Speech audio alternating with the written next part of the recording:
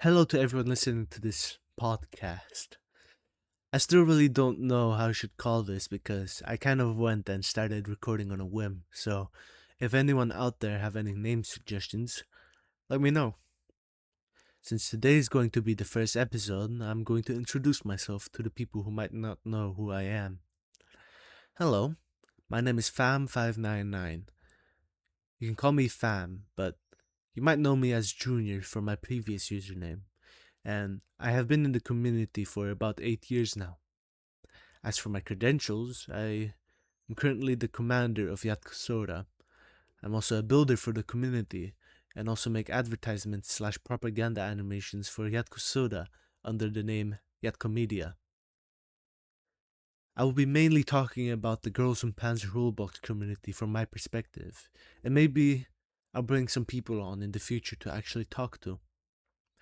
This is my first time actually doing anything like this, so please bear with me for the time being.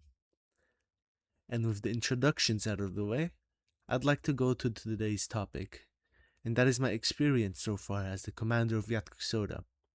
It's been pretty tough, Seeing the school I've helped build up all these years return to square one.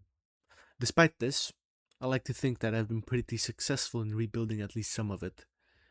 There are some promising new students, and even some of the older ones decided to come back and help me with this endeavor. There were some times where I felt as if I was a bit too heavy handed with some of the stuff, but ultimately, it all ended up to be for the better. I've actually been the commander of Yatkasura before, and not too dissimilar of a situation. We've just won the 2022 summer tournament, and Nitro decided to step down. And since no one else was around, I became the commander. It was quite hectic, to be honest. Most of the people that were around back then got burnt out and left altogether, so I was left with only a handful of players.